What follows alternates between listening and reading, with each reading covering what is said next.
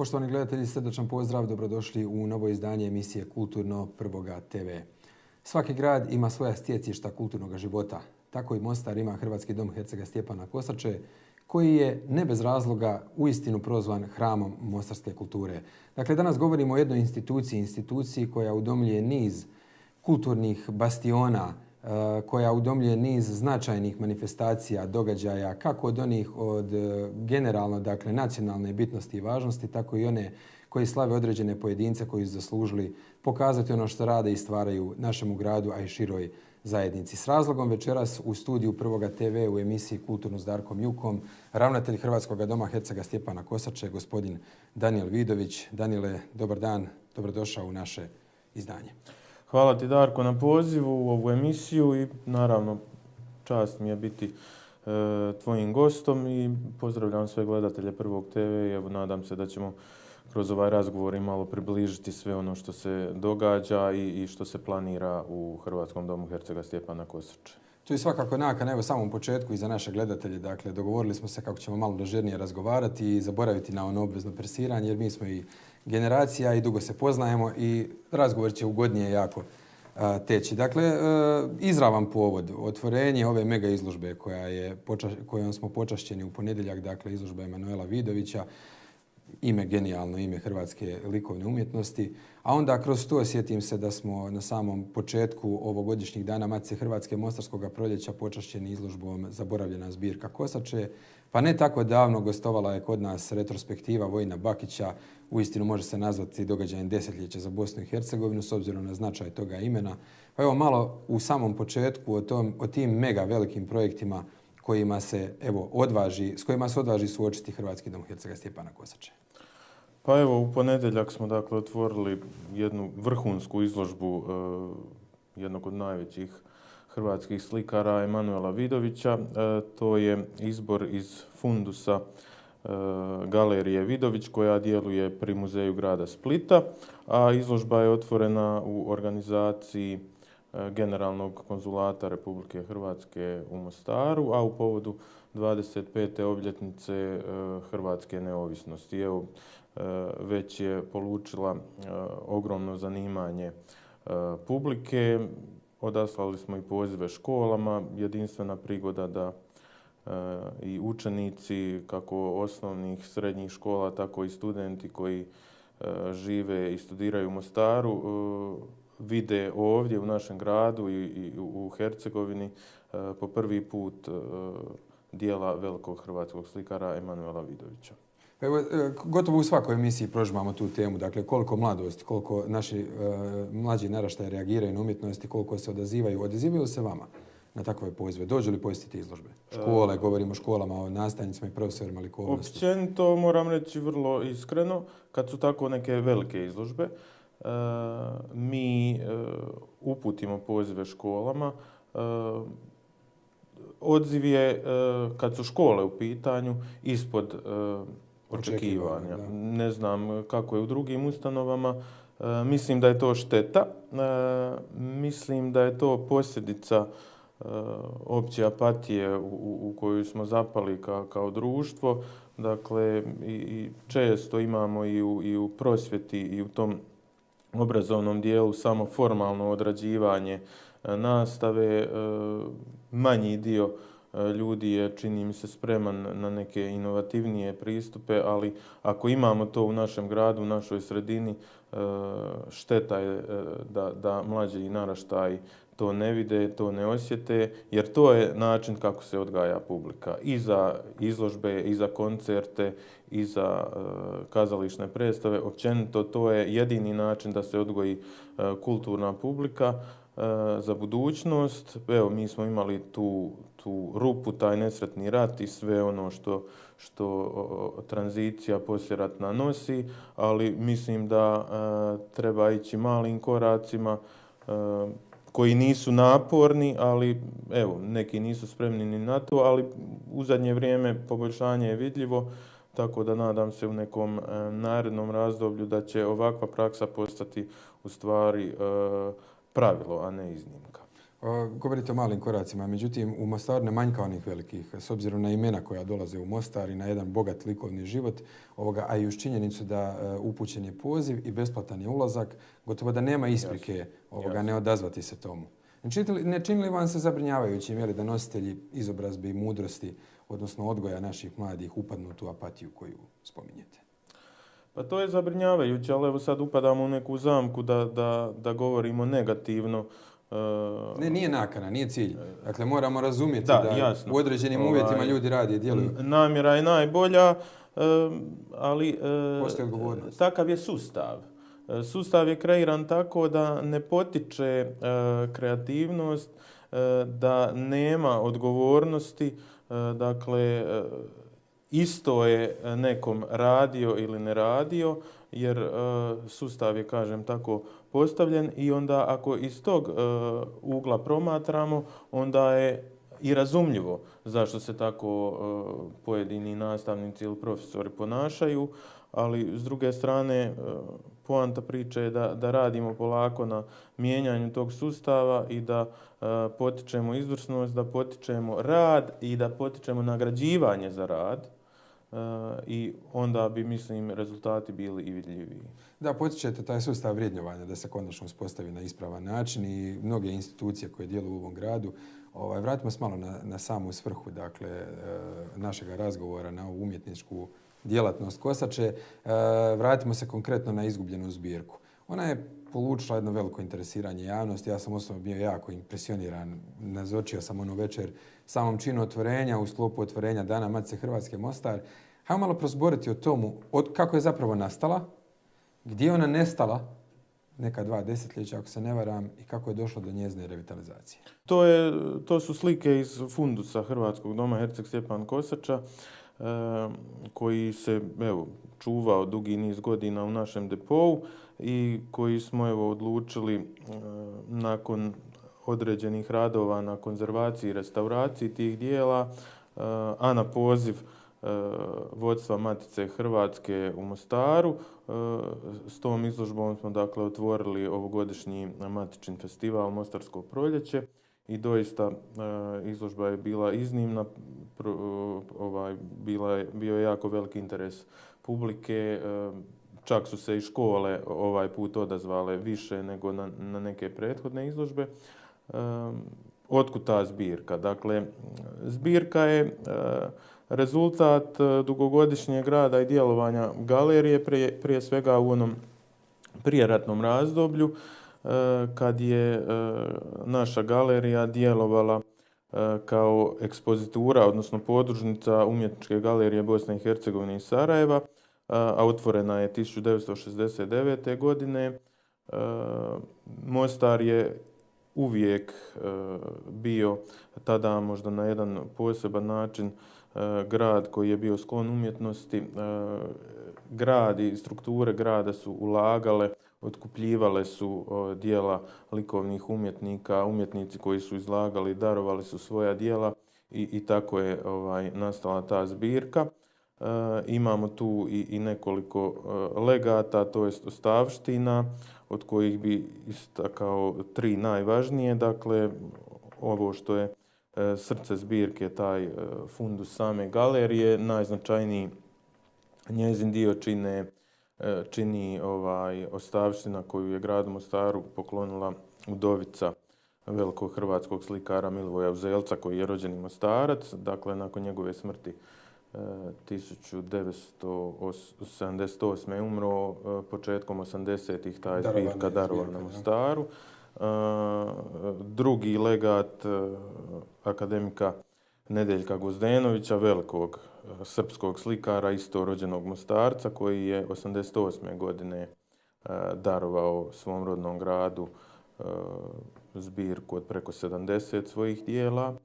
I treća zbirka koja je nakon rata pridružena našem fundusu, to je kolekcija Sava Neimarević, dakle kolekcija koju je skupljao poznati mostarski trgovac Sava Neimarević, koju je njegova kćerka Ksenija darovala isto krajem 80-ih godina gradu Mostaru.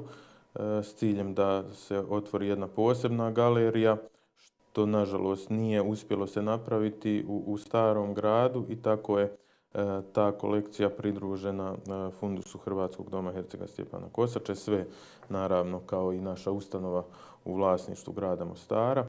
I evo, slike su bile pohranjene u dosta nepovoljnim uvjetima, došao je rat, sačuvane su zahvaljujući Franjevačkoj galeriji Širokog Brijega gdje su bile sklonjene tijekom ratnih zbivanja. Upravo vas htio pitati, tadašnji dom kulture, odnosno Hrvatski dom Herceg Stjepan Kosača je stradao u ratu. Poslije rata je isto gorio.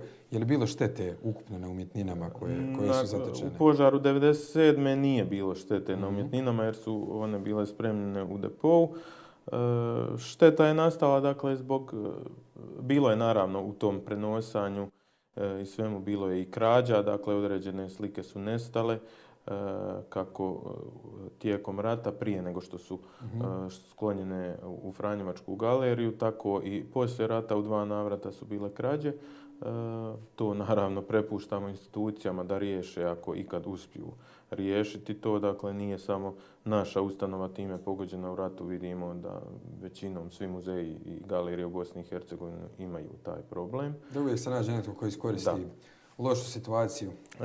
I evo, te slike su dakle pod utjecajem loših uvjeta skladištenja i nekvalitetnog depoa, vlage, bile u jako lošem stanju. Dakle, slike su živi organizam, one su propadale, bile su zaražene gljivicama, neke je trebalo samo očistiti, neke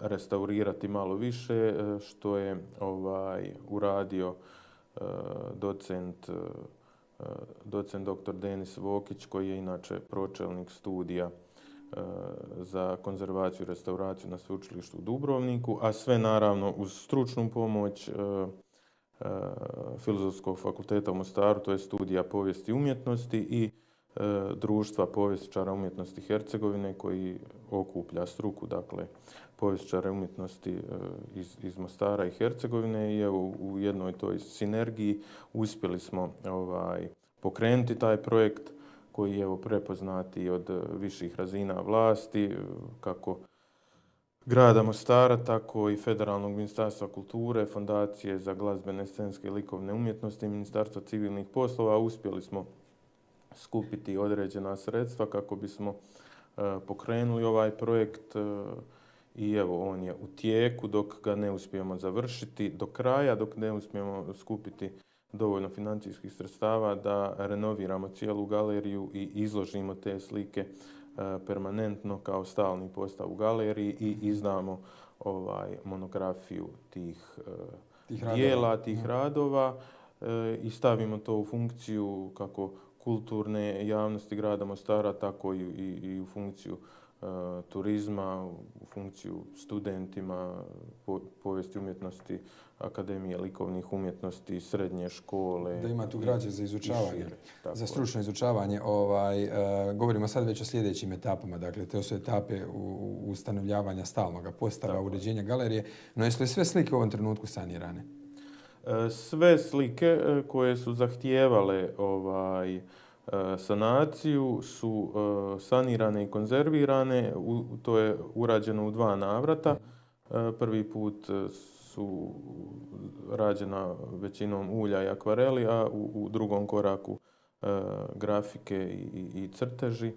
To je urađeno u radionici profesora Vokića u Dubrovniku. Je li to koštalo? Ako mogu tako kazati.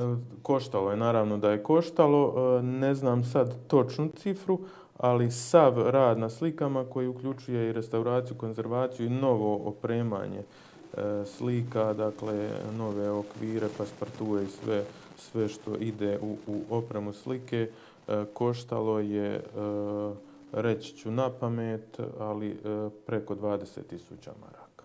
Sad ono što me zanima, ja ne zaboravim onaj trenutak kad smo pili kavicu i pričali smo o toj zbirci prije nego je krenula restauracija, dakle koliko već godina je ravnatelj Kosače?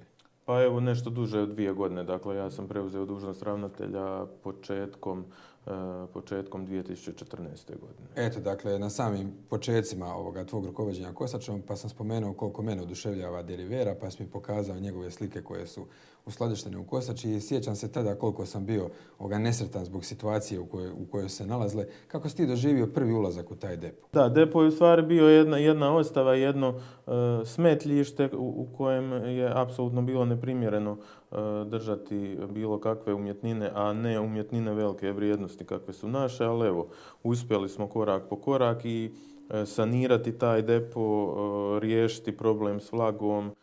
Trenutno se izrađuju nove police za slike sukladno standardima struke, dakle ne mogu to biti neke obične police.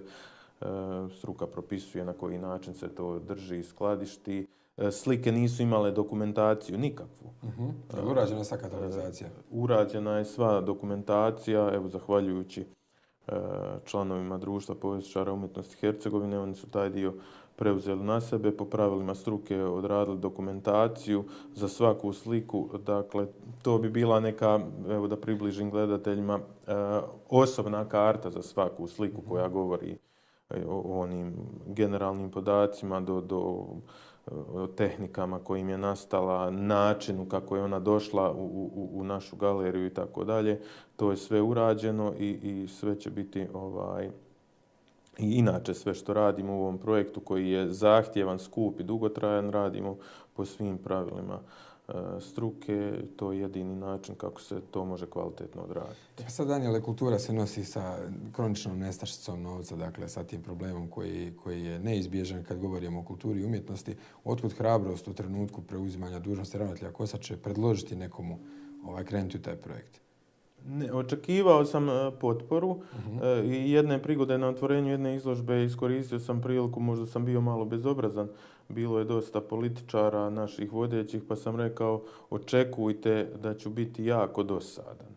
Pa o tome govori, dakle, bio si spreman da će biti potrebna jedna velika upornost. Ali nisam uopće bio dosadan. Dakle, mi smo aplicirali na projekte, projekt je prepoznat, projekt je podržan, evo, već sam rekao od kojih institucija, da se ne ponavljam. Dakle, nisam bio dosadan. I meni je drago, evo, da je projekt prepoznat, da su ljudi to mogli vidjeti sad u ovoj fazi u kojoj se nalazi na izložbi koja je otvorila Dane Matice i evo imamo već naznake da će izložba malo prošetati ne samo kroz Bosnu i Hercegovinu nego i kroz susjedne zemlje. Na jesen radit ćemo sigurno i Beograd i Zagreb, vjerujem i Sarajevo, tako da bit će prilike da još ovu priču promoviramo i da ljudi ne samo u Bosni i Hercegovini, nego i u susjednim zemljama upoznaju ovu doista vrijednu zbirku. Rekao bih, nakon zbirke koju posjeduju Franjevci u Širokom Brijegu i zbirke Mostarsko-duvanjske biskupije, mislim da je ovo definitivno, kad je Hercegovina u pitanju, najvrijednija kolekcija. I šteta je ne pokazati je malo šire. Pa da, htio bih reći, jedan najljepši oblik promidžbe za Mostar, kako u susjednim gradovima, tako i u susjednim državama. Kad očekujete nekakvu konačnu, kad kažem vi, mislim na Kosačin tim, realizaciju cijele te priče, ima li sad neko izgledno vrijeme kad bismo mogli doživjeti stalni postav i uređenje galerije? Pa evo, ako se potpora kakvu smo imali do sada nastavi. Problem je što je projekt cijeli u sumi jako skup i teško je iz ovih fondova nama dostupnih dobiti odjednom sva sredstva. A evo, u međuvremenu se otvorila i evropska i neki evropski fondovi, tako da i tu se može aplicirati. Kažem, ako se ova potpora koju smo imali do sada od strane vlasti, kako gradskih, tako i viših razina nastavi, vjerujem da ćemo biti u prigodi tijekom 2017. projekt realizirati. Ja sam nekad prije izražavao možda malo preoptimističnu nadu da ćemo to i tijekom ove godine završiti. Nažalost, to neće biti moguće u ovoj godini, ali čvrsto vjerujem da ćemo moći to realizirati u 2017. godini. Jer sad je problem više infrastrukturne naravi. Naša galerija koja je, evo, mislim, možda ne znam je li najveća, ali sigurno možda je veća Franjevačka galerija u Širokom Brijegu. Mislite prostorno? Da, prostorno, ali nije infrastrukturno kapacitirana u dovoljnoj mjeri da se stalni postav može izložiti. Evo, i to također košta. Neki koraci su i u tom pogledu učinjeni. Prije svega treba izmijeniti rasvjetu. To je jako skupa priča, ja nisam mogao vjerovati, dakle nisam iz te branše, ali kad malo zagrebete, dakle galerijska rasvjeta profesionalna je strašno skupa, onda sve mjere osiguranja treba poduzeti, alarmni sustav, video nadzor i tako dalje. Trebamo se u tom infrastrukturnom smislu još dodatno kapacitirati da bismo bili u stanju ovaj projekt dovesti do kraja. Kosaču ste sada, odnosno njezinu izložbu, njezin fundus spasili od propadanja? Jer je sigurno od ponavljanja onih nemilih događaja koje ste spominjali malo prije. Vidite, nikad ne možete biti sigurni. Lopov može obiti i najzaštićeniju bravu, ali... Govorimo o tomu koliko je sada, koliko si ti kao branitelj zadovoljan, zaštitom, novi depo, zaštita i uvjeti u kojima se čuvaju slike su sada na puno većoj razini, a kad projekt dovedemo do kraja, planirano je dakle da sukladno standardima galerijskim imamo sve moguće mjere zaštite, tako da uz zaštitarsku službu koja već djeluje u domu, 24 sata nadzor, dakle vjerujem da će to biti onda na zadovoljavajućoj razini.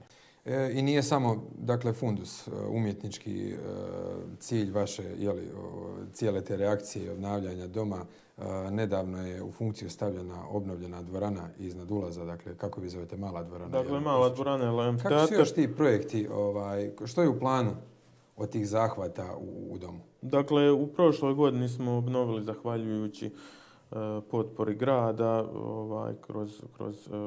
u potpunosti je dakle grad Mostar u iznosu sa 150.000 maraka isfinancirao rekonstrukciju male dvorane. Evo sad imamo i taj prostor funkcionalan, a odličan je za promocije knjiga, za manje kongrese i za razna druga kulturna zbivanja, projekcije filmova i tako dalje. Već ga koristimo. Mislim da je ovo što sam malo prije spomenuo u stvari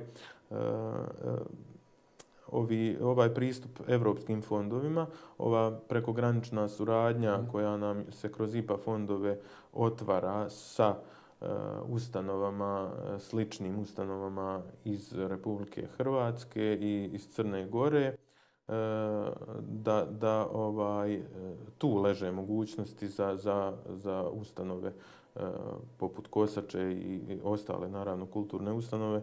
Dakle, naši proračuni su takvi kakvi jesu i mi ne možemo očekivati velika izdvajanja iz proračuna za velike projekte kad je kultura u pitanju, ali mislim da ovaj pristup prema europskim fondovima definitivno treba iskoristiti i evo u tom smislu nastojat ću djelovati dalje, da se kapacitiramo i kad su ljudski resursi u pitanju, da možemo kvalitetne projekte osmisliti, staviti ih na papir i izvući neka sredstva koja nam stoje na raspolaganju u tim europskim fondovima. U svemu tome bitna je vizija, a čuo sam već da je bilo nekih planova i za krovni prostor Kosače, za jednu otvorenu scenu. Ili to je još uvijek u igri? To mi je jako zanimljivo zvučalo. Otvorena scena je u funkciji. Prošle godine nije bila i zbog vremenskih prilika. Imali smo kišovito ljeto, imali smo samo par kulturnih zbivanja, a imali smo i ove radove u maloj dvorani, a taj krov je iznad male dvorane, tako da nije se mogla koristiti u svom punom kapacitetu, ali evo već krajem ovog mjeseca imat ćemo projekcije filmova u suradnji sa Obal Art centrom iz Sarajeva, dakle sa partnerima Sarajevo Film Festivala i planiramo određena zbivanja druga kulturne vrste na toj sceni ovo ljeto. Ima li interesa Mostaraca za projekcije pod vedrim nebom? Vidjet ćemo sad krajem lipnja. Mislim, kako su povratne informacije, reakcije, vjerujem da se razgovara. Problem je ljeti u Mostaru, inače što se grad isprazni. Da.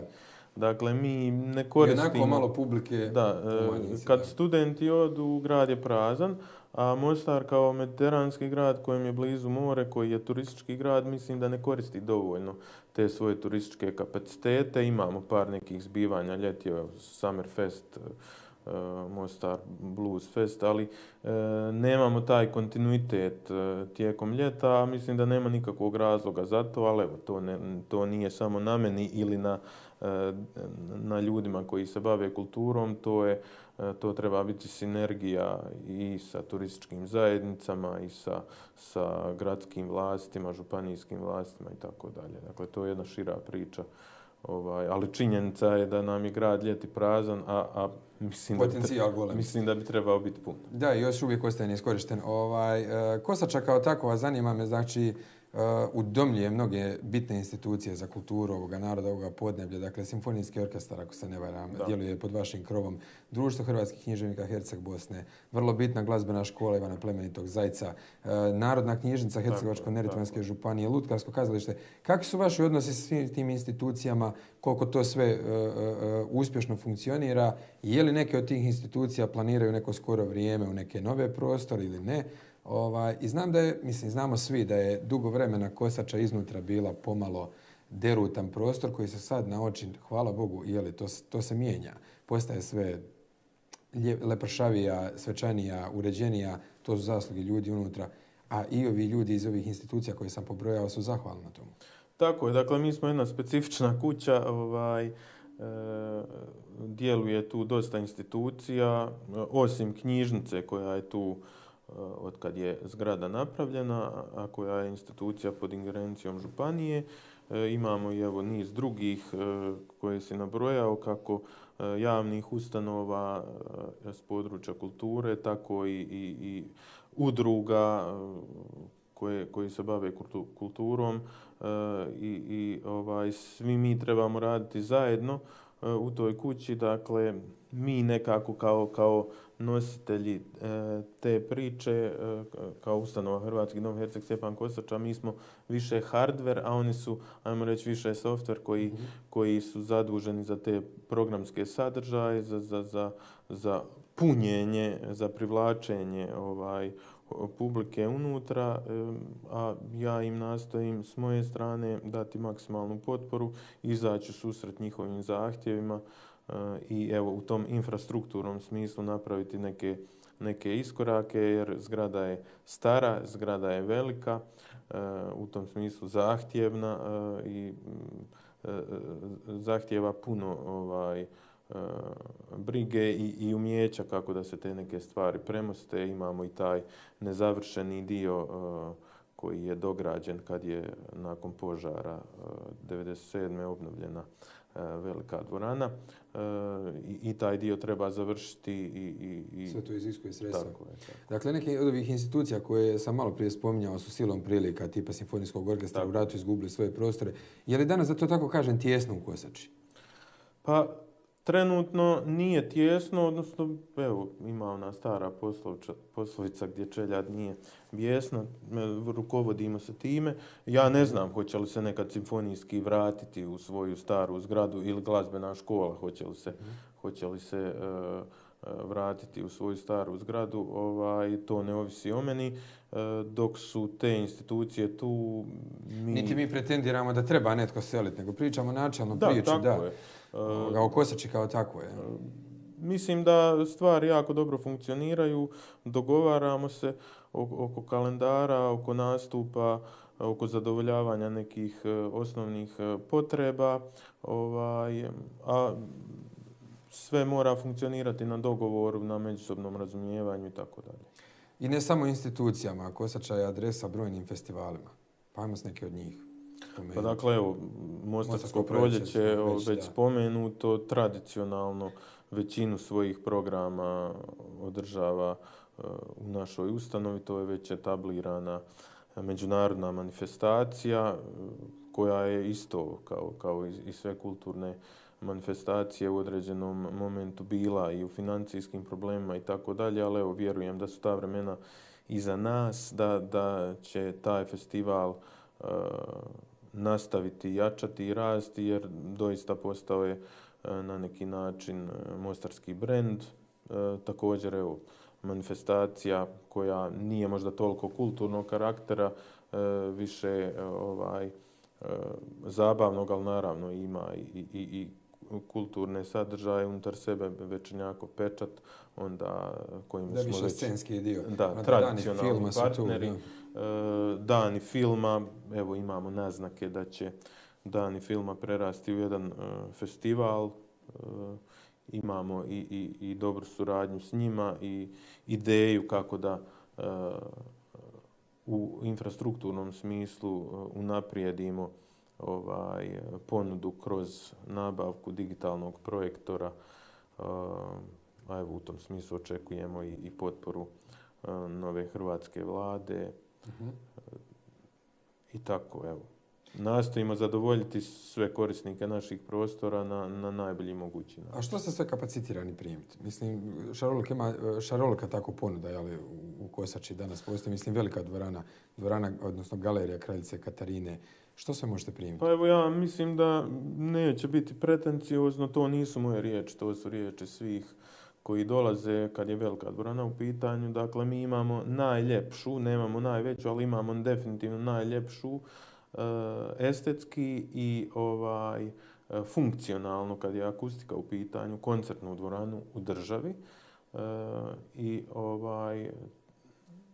koncerti svih vrsta se održavaju kod nas, od koncerata zabavne glazbe do naravno opera. Evo, zaboravili smo spomenuti povijesni događaj koji se zbio krajem prošle godine, prva opera hrvatskog naroda u Bosni i Hercegovini. Don Dragan Filipović. Diva Grabovčeva, koju su radili Don Dragan i Frante Marić. Tada su mnogi prvi put vidjeli da mi imamo i takozvanu rupu za orkestar, dakle prostor u kojem nastupa orkestar kad se izvodi baletna ili operna predstava. Prema da ste vi udomljavali Nikolu Šubića Zrinskog i Jerusanoga svijeta. Tako je, ponajprije zahvaljujući Matici, ali evo drago mi je da je ova opera proizvedena kao produkt domaćih snaga, u čemu smo i mi evo s tehničke strane sudjelovali i dali svoju potporu. Mislim da je to jako bitno. Nadam se da će biti još izvedbi tijekom jeseni, jer bile su samo 2 izvedbe. Puno ljudi to još želi vidjeti. Ljudi su doslovce čekali u redovima da bi došli do ulaznica. Naravno, nije bilo moguće primiti sve. Tako da, evo, nadam se da će biti i tijekom jeseni ove godine još izvedbi. Osim tih, naravno, kulturnih sadržaja koji su nam primarni, kod nas se održavaju i kongresi, politički skupovi, sabori i tako dalje. Živnemo i u predzbornim godinama, tako da, evo, i naravno otvoreni smo prema svima. Jasno, i treba spomenuti i kao dio vašeg inventara, onaj čuveni glasovir Stenway. Ne mogu se ne sjetiti kad je Meri Cetinić imala potrebu pred koncertnom publikom iskazati zadovoljstvo činjenicom da je zasvirala na njemu. Da, pa evo imamo taj jako kvalitetan klavir, koncertni. Umjetnici kažu da je vrhunski, a on je 2005. stigao u Mostar kao dar tadašnjeg njemačkog kancelara Gerharda Schrödera. Jedna od zanimljivih stvari. Ajmo malo na izvanjski dio. Kosača je, dakle, nekako sudbinski predodređena da bude vitalna i bitna i hram kulture. Mnogi ne znaju da ona trebala biti katedrala, pa je igrom, spletom povijesnih okolnosti postala dom kulture. Dakle, nećemo sad u taj političko-povijesni dio, ali eto treba kazati, to je zanimljiva činjenica. To je zanimljiva priča. Dakle, ona ima onaj oblik križa zapravo kad se Kosača je rađena, Kosača je arhitektonski jako zanimljiva. To je dijelo poznatog bosansko-hercegovačkog rekao bih, pionira moderne arhitekture. To jest ta faza socijalističkog realizma, ali ima taj modernistički štih. Projektirao je arhitekt Reuf Kadić iz Sarajeva. Naknadne preinake tijekom gradnje radio je i poznati mostarski arhitekt Romeo Tiberio, a sagrađena je od građevnog materijala koji je tu bio pripremljen za izgradnju katedralne crkve na zemljištu i koje... na temeljima, jer zato i nosi taj oblik križa. Tadašnji mostarski biskup Petar Čule počeo je bio pregovore sa velikim hrvatskim kiparom Ivanom Meštrovićem, koji je bio izradio nacrte za neogotičku katedralu, ali evo, došao je taj komunistički sustav koji je sve te planove pobrkao, oduzeo zemljište, napravljena je zgrada Doma kulture, čiji je pravni sljednik današnji Hrvatski dom Herceg Stjepan Kosač. Pa dakle, u svakom slučaju ona je bitna i dominira središnjim gradskim trgom, odnosno trgom hrvatskih velikana, popularnim rondovom. Sad me zanima taj njezin eksterijer. Ispred Kosače je veliki spomenik poginulim hrvatskim braniteljima.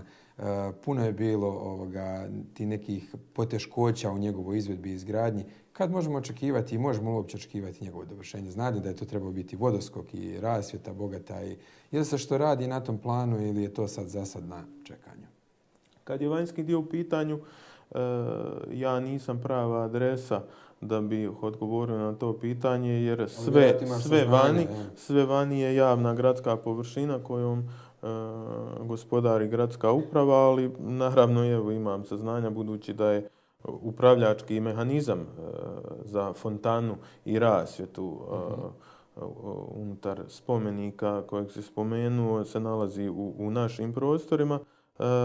Prema mojim informacijama do kraja ove godine spomenik će biti u potpunosti završen. Evo, to je ekskluzivno za naše Ja mogu reći, dakle, svoje osobno mišljenje da je sramota da on nije završen. Da. Sad, kud bi nas odvelo to istraživanje, zašto nije, kako nije. Radi je činjenica ako će biti, da. Evo, idemo to završiti. Evo, mislim da... Dakle, tu bi voda mogla zaigrati, svjetla se zasvijetliti do kraja ove godine. Tijekom ove godine, prema informacijama koje imamo od samog gradonačelnika. Stražnji dio Kosače pomalo odudara od onog reprezentativnog dijela prednjeg.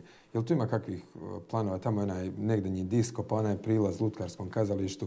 To je još uvijek dosta neuvjetno.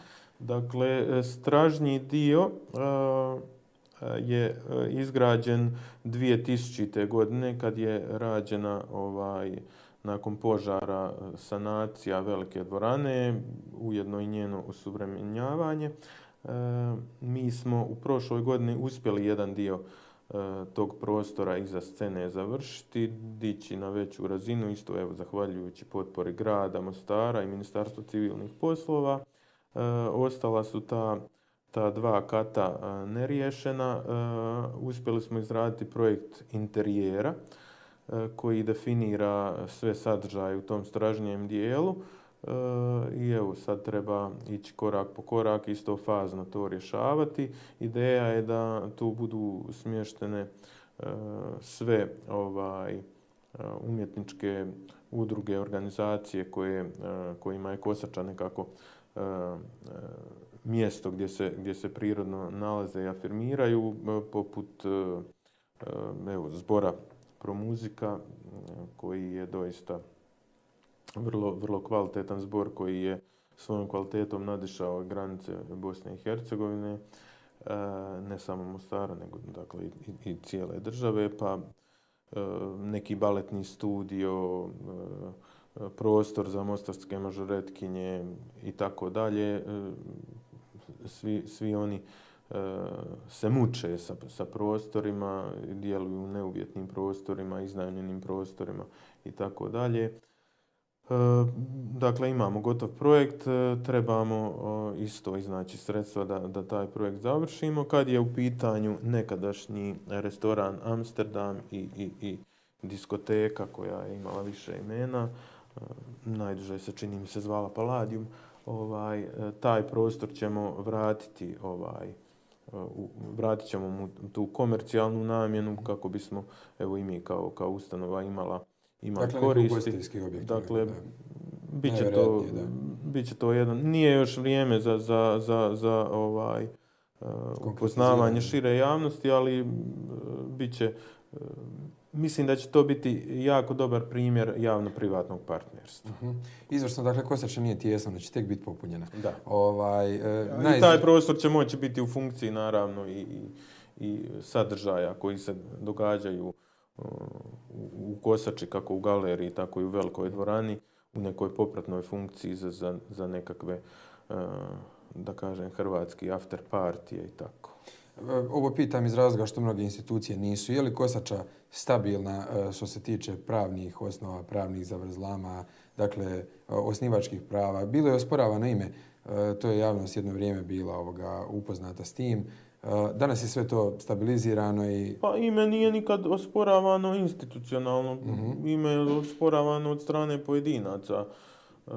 Mislim da su to bile neke neozbiljne inicijative. Naravno, ime imamo kakvo imamo, s njime se ponosimo, ali nikada nismo bili zatvoreni, niti smo preferirali samo... Dopušta, da. Tako je, dakle, mi smo otvoreni prema svima i to svi koji su s nama surađivali znaju i zato nam se vraćaju.